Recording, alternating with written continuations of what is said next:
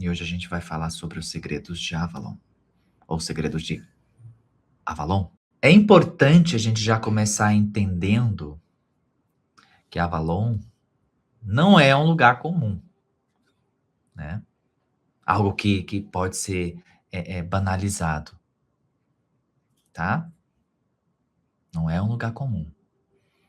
Avalon é um campo energético, é uma dimensão paralela, um portal iniciático do feminino sagrado.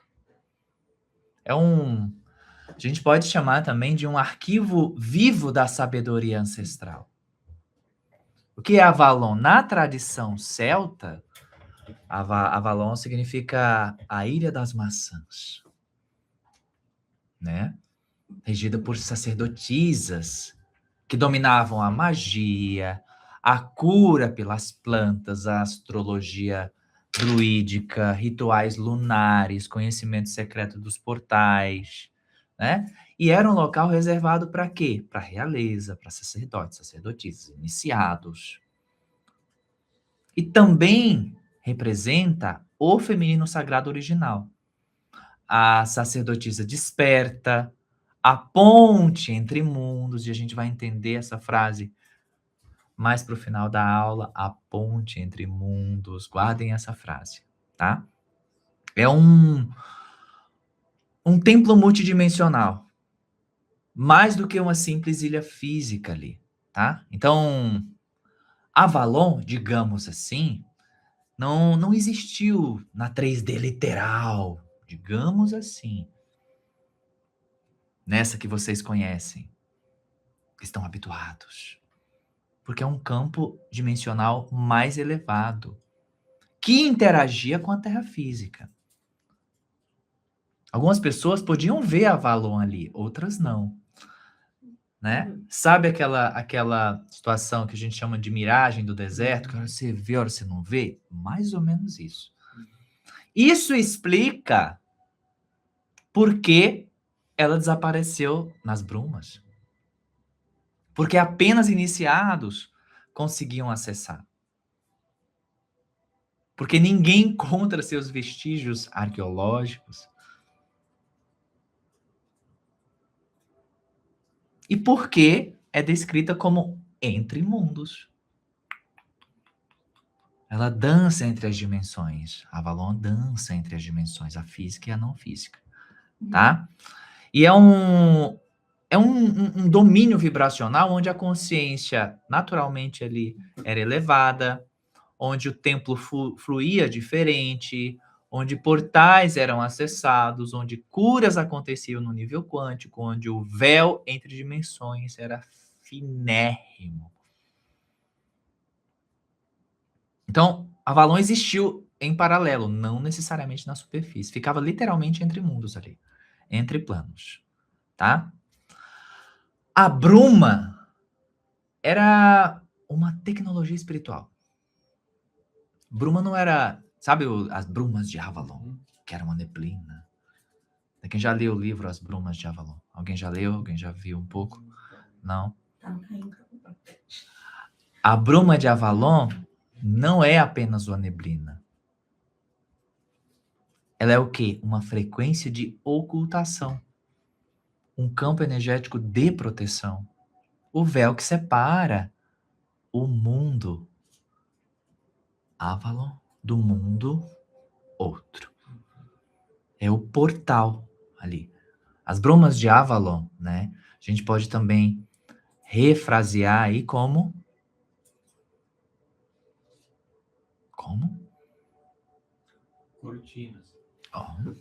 As cortinas de Avalon, ou as cortinas dimensionais, ou as cortinas de ocultação. Dá para entender? E somente pessoas com coração puro, com vibração elevada, com iniciação no feminino sagrado conseguiam acessar e ver. Então, em resumo, a bruma funcionava como um filtro vibracional, tá? Um filtro vibracional ali, tá? E quando quem já leu o livro, ali, As Brumas de Avalon, né? Aí reconta ali a lenda do rei Arthur pela perspectiva feminina, especialmente de Morgana, ou Morgaine, também como era conhecida. E a obra ali do livro mostra, né, o conflito entre o feminino sagrado, né, a antiga religião de Avalon, e o cristianismo patriarcal, que estava tomando Bretanha. Né? Quem viu o livro, tá? Esse ali é o eixo central do livro. Então, resumo, né, ali do livro, além do que eu já falei, a gente tem também a Morgana como a protagonista, né, que ali o livro acompanha a vida de Morgana desde jovem, mostrando sua formação como sacerdotisa de Avalon, sua iniciação na magia, na cura dos mistérios da deusa, sua relação complicada com Arthur, seu papel de guardiã do mundo invisível. Então ali a Morgana percebe que Avalon, a dimensão sagrada das sacerdotisas, está começando a desaparecer das brumas porque o mundo está perdendo sua conexão espiritual. De fato, né? Arthur, ali, coroado rei, com o apoio de Avalon, sob a condição de proteger a antiga religião.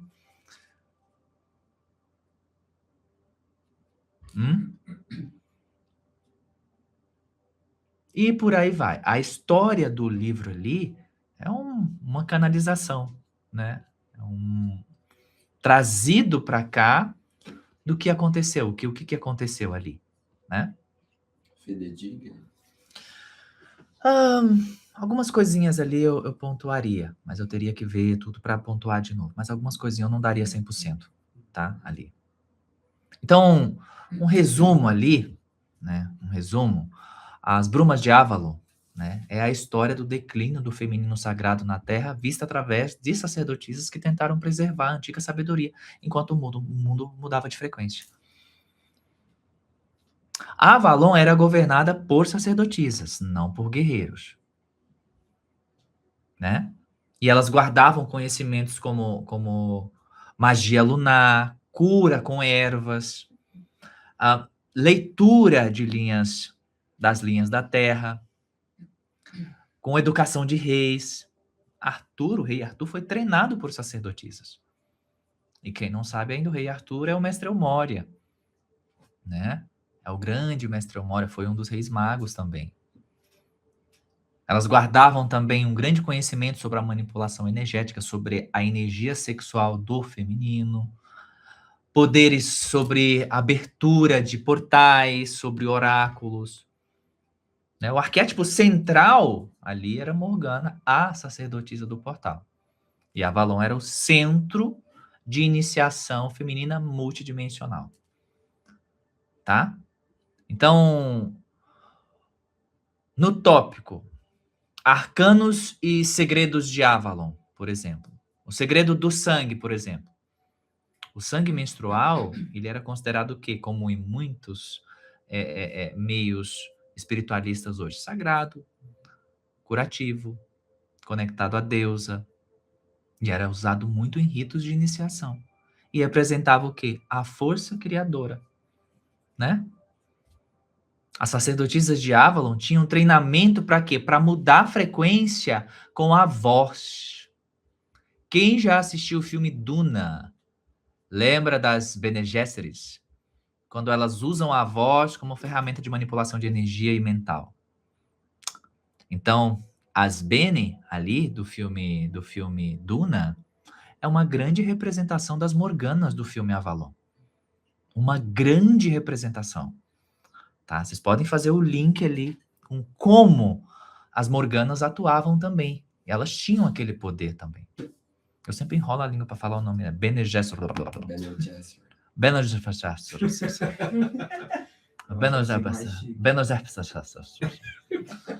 Mais misterioso. Parece uma magia. Né? Bene Gesserit. É melhor Bene, as Bene. Facilita a vida. As Bene Gesserit. Essas aí. Tá? Elas também, através do canto, manipulavam, né, códigos sagrados ali. E abriam portais com mantras celtas ali. E elas sabiam, né, andar entre mundos ali. alternando ali entre o físico e o oracular, entre o estado xamânico também, né? Né, além do segredo da cura. Elas usavam ervas, cantos, magnetismo, rituais lunares, tudo aquilo que hoje, né, dentro dos trabalhos do sagrado feminino, a gente faz. Elas já faziam ali, elas eram, né, guardiões ali. Avalon era um grande centro da deusa ali. Era um portal de passagem para o outro lado, literalmente. E os mortos ali eram encaminhados pelas sacerdotisas. Então, muitos que desencarnavam no planeta passavam por Avalon para subir. Era como se fosse um canhão de luz que levava essa turma para o outro lado do véu. Interessante, né? Além disso, né, Avalon também era o quê? Uma escola espiritual pleiadiana. Um núcleo atlante também sobrevivente, um templo gerador de frequência crística, uma escola de ensinamento de dragões. Aí surgiram muitos domadores de dragões. Aí surgiram trabalhos com baby dragões. Aí surgiram muito trabalho com a magia cristalina dos dragões. Ali era um santuário de dragões. Enquanto outros ambientes da Terra perseguiam os dragões e queriam matá-los, ali eles eram protegidos, né? Protegidíssimos. Muitos dons psíquicos eram desenvolvidos ali. E eles desenvolviam também a tecnologia para abrir portais. Eles ensinavam, era uma universidade, né? Ali, muito grande ali. Sabe o filme X-Men, que tinha a escola do professor Xavier, o Instituto... Era mais ou menos um negócio desse. Lá. Dá uma olhada, quando que foi a história do rei Arthur mesmo? Na época? Quantos anos? Eu não lembro direito. Quantos anos antes de Cristo? Tá dando para entender até aqui? Tá dando para entender? Pode fazer uma pergunta? Uhum. Sobre a decadência vibracional do planeta, que veio desde a queda da Atlântida, e qual foi o ponto mais baixo de vibração, momento da história, e que momento a gente começou a reerguer, porque a gente está ascendendo. Sim, Agora, a gente teve, literalmente um alto e baixo, né? Então a gente foi teve, uma ladeira abaixo. a gente teve a Atlântida, bum, uma grande queda, né? Ali, aí o Egito, né? A Era de Ouro do Egito ali, subiu. Né? Aí depois, né, desce um pouco, depois vem Cristo, né? Depois Idade das Trevas e Idade Média, então guerra, então a gente, né? Cristo limpou a aura inteira do planeta, né? Sim. Foi um restart. Entre 5 e 6 depois de Cristo. Sério? Entre 5 e 6. Não, aqui diz depois. Depois, entre o século, né? Século? Entre o século 5 e 6. Entre os séculos 5 e 6 depois de nosso Senhor Jesus Cristo. Alta Idade Média. Alta Idade Média, ali. Tipo uns 400 anos. 400! Vamos colocar 500 anos depois de Cristo, tá? Esse negócio todo aqui. Aí já tinha acabado o Império. 569 depois de Cristo. Aí, Eu amo os meus pontos. Amo os meus pontos. Pai Zé Pedro aqui. O Pai Zé Pedro tá muito perto de mim, né? Que bom, né? Que legal. Tá? Pai Zé Pedro falou. Os escritores que canalizaram essas histórias sem saber, eles são pessoas que estavam presentes naquele momento lá? Muitos deles. Avalon seria a ilha de Themyscira, da Mulher Maravilha? Final da aula. Eles são muito danados. Essa turma é muito danada, tá? Povo curioso. Avalon, gente, era um templo estelar na Terra, né? Acessível apenas, como eu já disse, para estados expandidos de consciência ali, tá? Por que Avalon desapareceu? Decadência vibracional. Porque a humanidade perdeu a sensibilidade, perdeu o padrão vibracional, perdeu a conexão com o feminino, com a pureza energética. Então, Avalon se retraiu para a dimensão original. Ela não foi destruída. Ela voltou para a frequência que a originou. Então, Cryon chama isso de retração vibracional para impedir o profanamento. Vide quando nós ficamos sabendo que um determinado está em extinção, um determinado animal entrou em extinção, o leopardo, a ave entrou em extinção. Por que entra em extinção? Quer dizer que a humanidade destruiu, né, e tirou a vida desses bichinhos assim ao extremo, né, que eles foram extintos, não existem mais no planeta? Eles pedem socorro. Tamanha violência do planeta. Então, o que acontece? Eles mudam de dimensão. Eles se encantam. Eles pedem ajuda a Gaia e Gaia encanta eles. E ninguém vê eles, mas eles estão ali. Tá? Então, um exemplo. A baleia, sim, entrou em extinção. Na verdade, ela se encantou para você não ver. Tá? A arara azul está entrando em extinção. Na verdade, tá se encantando todo o bando. Tá? Então, é isso que acontece. Graças a Deus. Tá? Quando vocês verem essa frase, está entrando em extinção, entendam como. Estão se encantando porque não estão aguentando. E aí eles são invisibilizados na superfície. Tá? Deu para entender? Tá. Então, Avalon, de um modo geral, ela se retraiu para sua dimensão original. Então, ela não foi destruída, ela voltou para a frequência que a originou. Cryon fala bastante sobre isso, tá? Ao longo das suas muitas encarnações, né? Um exemplo, a gente está falando de encantamento. Unicórnio existe? Óbvio que existe. Encantados, né? Fada também. Fadas, duendes, gnomos, encantados. Por quê? Porque o ser humano ele é muito bonzinho, né? E eu queria o quê? Botar numa gaiolinha. Perguntaram sobre os dinossauros. Explica aqui, que no livro você...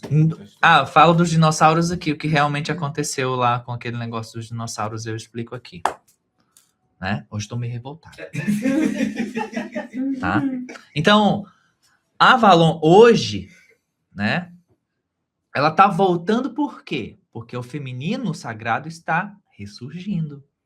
Porque as mulheres estão despertando, né? Porque a intuição está aumentando, porque a Terra está em transição vibracional, né? Então, a porta de Avalon está se abrindo hoje com o quê? Com as meditações, com sonhos lúcidos, com regressões, com trabalhos com a deusa, com iniciações em linhagens femininas, com estados elevados de consciência, com rituais do sagrado feminino, né? Puxando a força das deusas Isis, Maria, Kuan Yin, Nefertiti, Atenas, Madalena, sabe? Pitia, e por aí vai.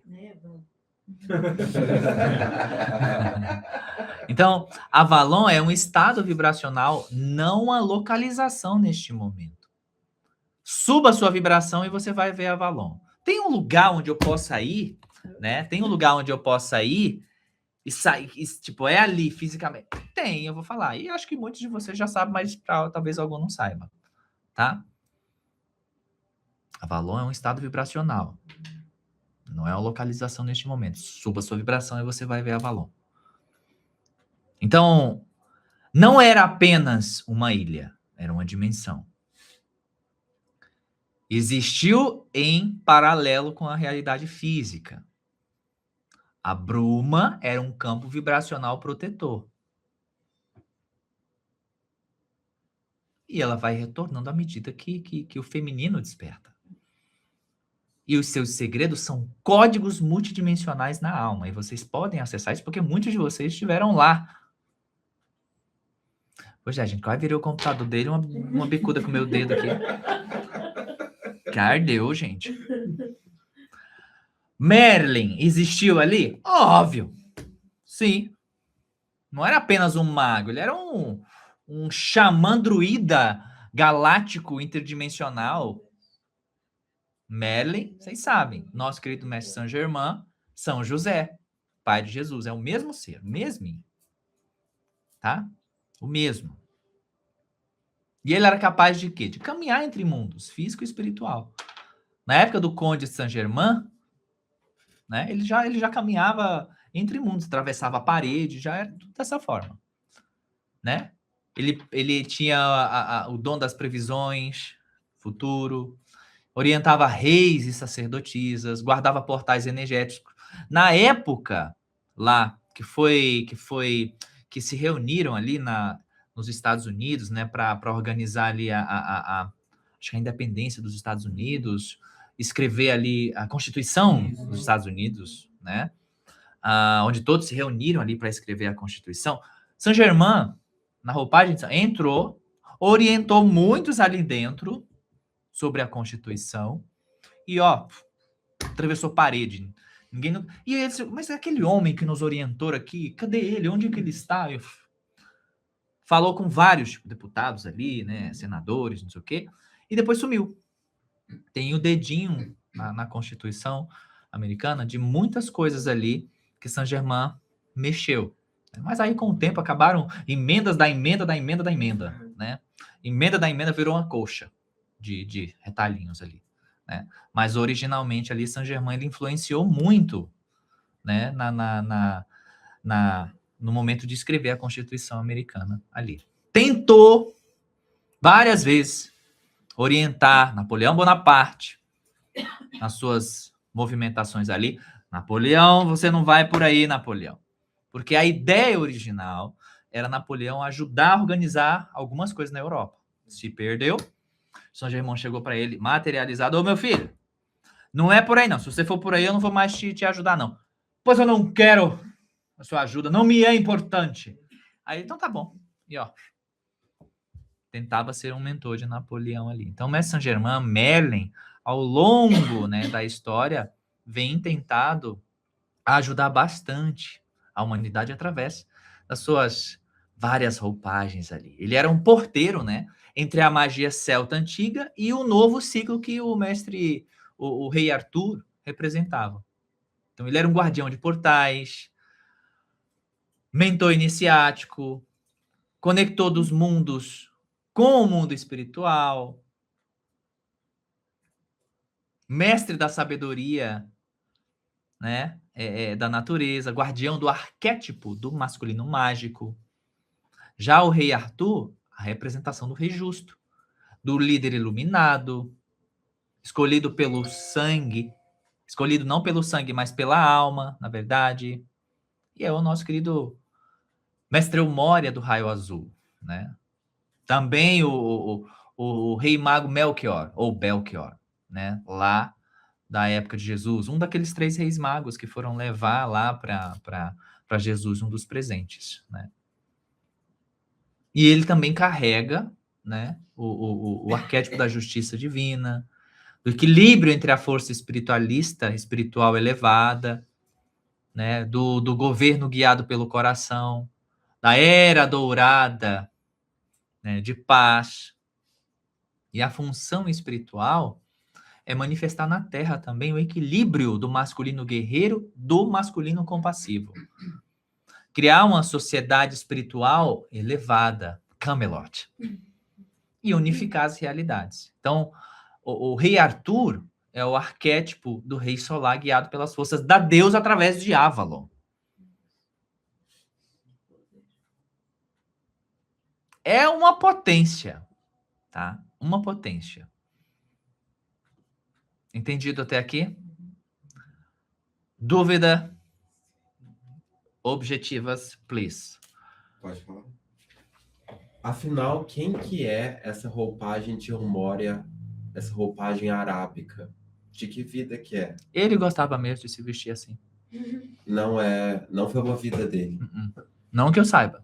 Era um jeito dele ali. Ali foi algo que ele trouxe depois que ele ascensionou. E quando o rei Arthur, ele gostava da pedra, daquela pedra lá, né, que é a safira, né? A safira. Gostava de se vestir, às vezes, daquele jeito ali. Né? Gostava do turbante também. Tá? Ele é que misturou também. O pai Zé Pedro também está falando que misturou um pouco as energias, tanto do rei Arthur quanto do rei Mago. Então... Entende? Personificando. Isso. E o oráculo de Delfos? Que tem Delfos. Que é mais ou menos contemporâneo ao rei Arthur. Tem a mesma natureza interdimensional. As sacerdotisas de lá.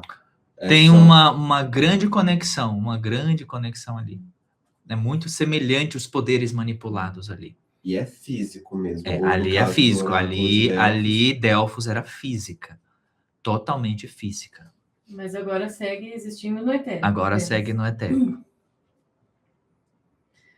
Quando você diz que Avalon se encanta e volta para a dimensão de onde veio por conta da decadência vibracional, como esse processo aconteceu?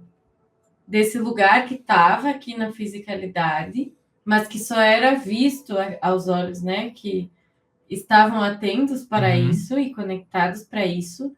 Como que aconteceu esse processo, fisicamente falando? Tipo Atlântida.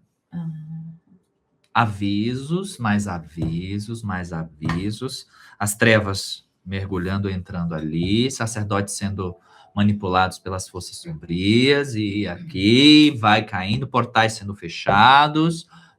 Processos de incorporação obsessiva acontecendo, desequilíbrio físico começando a acontecer ali, dificuldade das travessias entre mundos, e começou esse negócio todo. E aí, quando acontece a decadência, abre-se um portal e... Aí as forças da luz determinaram, né, que por enquanto ficaria invisível. Não é que foi sugado, apenas a bruma permaneceu.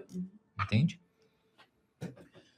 Você falou que Avalon era um grande centro que protegia os dragões. Sim. Perguntaram qual o papel e qual a importância dos dragões lá em Avalon, além de serem defendidos. Como eles eram guardiões também de Avalon e ao mesmo tempo eram protegidos por aquele campo, o papel deles ali era potencializar a alta magia lá, né? Auxiliar muitos na travessia entre mundos ali, tá? E como eles eram e são extremamente desobsessivos, vez ou outra, eles saíam pelo mundo inteiro baforando lá o seu fogo etérico para desintegrar correntes negativas ali, né? Inclusive as correntes que vinham tentar contra Avalon, né? Porque Avalon era tipo um Atlântida, né? Era uma mini Atlântida ali, um reino fechado ali em uma determinada região da Europa ali. Perguntaram também se Avalon continua sendo a morada das Morganas. Sim. A gente consegue conexão com Avalon através dos registros acásticos? Sim. Lemúria e Atlântida também são cidades vibracionais acessíveis por... Entendi, eu pensei que iam perguntar se eram entre planos, não, tá? Não. Elas existiram fisicamente e hoje elas estão no etérico. Uma parte foi pro etérico. Então, da mesma forma que a gente consegue acessar a Avalon etericamente, consegue acessar a Atlântida e Lemúria. Sim. Algum ser é o líder de Avalon? Sim. Sem nomes, né? Merlin. Aí é tipo uma junta de governo, né? Merlin, Arthur, Morgana, né? Ali, tá? Mas assim, Merlin, digamos que ele é o líder ali, mas a regência de toda a força ali é a deusa, é o sagrado feminino. Tá? O Merlin é um dos aspectos mais excepcionais em corpo masculino representando o feminino. Tá? O Mago Merlin, ele é um grande exemplo do masculino em perfeito equilíbrio com o feminino, tá? E uma representação extraordinária do feminino estando em um corpo biológico masculino. É como se fosse a deusa, né, ali, masculina, literalmente. Como explica a parte da história no livro em que a jovem Morgana é enganada para realizar o ritual com o meio-irmão Arthur? Como eu disse, algumas coisas ali, né, eu pontuaria ali como sendo não totalmente o que aconteceu, tá? Você pode falar como o Arthur desencarnou? Ainda não. Lancelot existiu? Sim. É verdade que Merlin fez um acordo para ficar com o bebê do rei Arthur e educou o Arthur até a adolescência para depois assumir o reinado? Sim, o Merlin cuidou muito do Arthur ali, protegeu ele. Tá? Semelhante à história de Moisés, que foi jogado no rio e levado, e pegaram ele, protegeram até ele virar adulto e governar todo o Egito. Semelhante. Você falou que a primeira Morgana, que a encarnação dela vem desde Atlântida, passa pela Lemúria e Egito. E o rei Arthur, no século V. A Morgana desse período seria uma segunda encarnação dela? Seria uma outra encarnação dela, sim. Tá. O que nós, aqui e agora, podemos realizar no planeta, trazendo todo esse aprendizado e conhecimento que você está deixando aqui agora? Repete. O que nós podemos fazer aqui e agora para auxiliar o planeta, trazendo todo esse aprendizado que você está deixando aqui agora? Todos em uma só voz. Conduta! As fadas e duendes e outros seres encantados mudaram de dimensão no mesmo período, na mesma época que Avalon? Não, desde o início da queda da Atlântida. Nós, seres humanos, também podemos nos encantar? Sim, tem muitos encantados por aí. Qual a influência de Merlin com os magos na antiga Atlântida?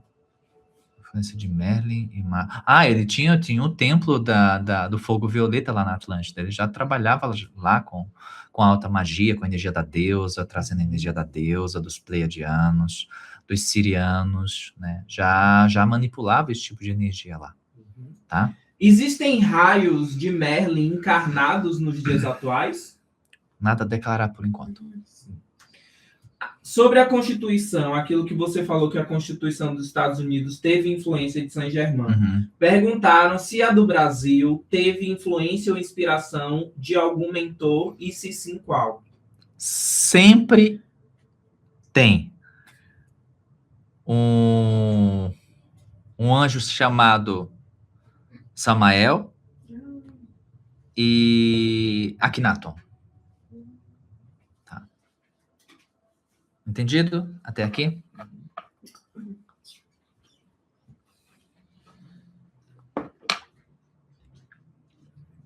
Continuando. Em que região do planeta isso existiu? Bom, na verdade é Ismael. Não é Samuel, é Ismael. Confundo, às vezes, é Ismael. Em que região do planeta existiu, né, aquela parte ali? Em Glastonbury, Inglaterra. Glastonbury, Inglaterra, ali, tá? Ali é a região física, tá? Região física de Avalon. Tá? De Avalon. E é considerado o que lá hoje? Um vórtice energético do planeta. Né? Um chakra do coração do planeta, um local de peregrinação espiritual. E se vocês forem procurar na internet sobre essa cidade, vocês vão achar uma determinada informação. Como Glastonbury, na verdade, é uma cidade histórica, está localizada em uma certa região ali no sudoeste da Inglaterra, enfim, mas é lá mesmo, tá? É lá mesmo. Glastonbury é onde, se jogar no Google Glastonbury, é onde aconteceu tudo isso. É a parte física de Avalon. A gente podia reescrever a história. A semente das estrelas. Ah, você acha que eu não queria, amor? Claro que eu queria. Eu ia adorar. A minha ideia era de As trazer... crianças no colégio vão ser muito mais de felizes. trazer aquele livro. A propósito, me traz o livro, amor, ali, As Fases de Transição, o de Magia, Geométrico e a História da Criação. Ajuda lá, Nossa. que eu mostrar pro pessoal. Por quê? A minha ideia, quando eu escrevi o livro A História da Criação, era trazer um pouco da verdade, né? Do que realmente aconteceu ali no negócio. Posso fazer uma pergunta dentro disso? Uhum. As crianças que estão vindo hoje, elas vão questionar a história que se ensina no colégio? Elas não vão só questionar, mas elas vão trazer em cima. Não, mas não foi assim, não. Foi assim, assim, assim. Tá? Ela vai ser assim. Esse esquema vai ser assim. Tá? O David vai trazer a história que nós sabemos, ele não sabe onde foi. Deu certo? Tá dando para entender até aqui? Tá, né? Então, ó, quando eu falei da história da criação, né, que é um livro que eu escrevi trazendo um apanhado planetário. Pode deixar fechado mesmo. Tá? Esse aqui, ó. Que eu tentei, é fininho, né? Tentei resumir aqui, mas de uma forma bem enfática, a história da criação, como é que foi o negócio. Tá? Ó. Dá para ter uma ideia.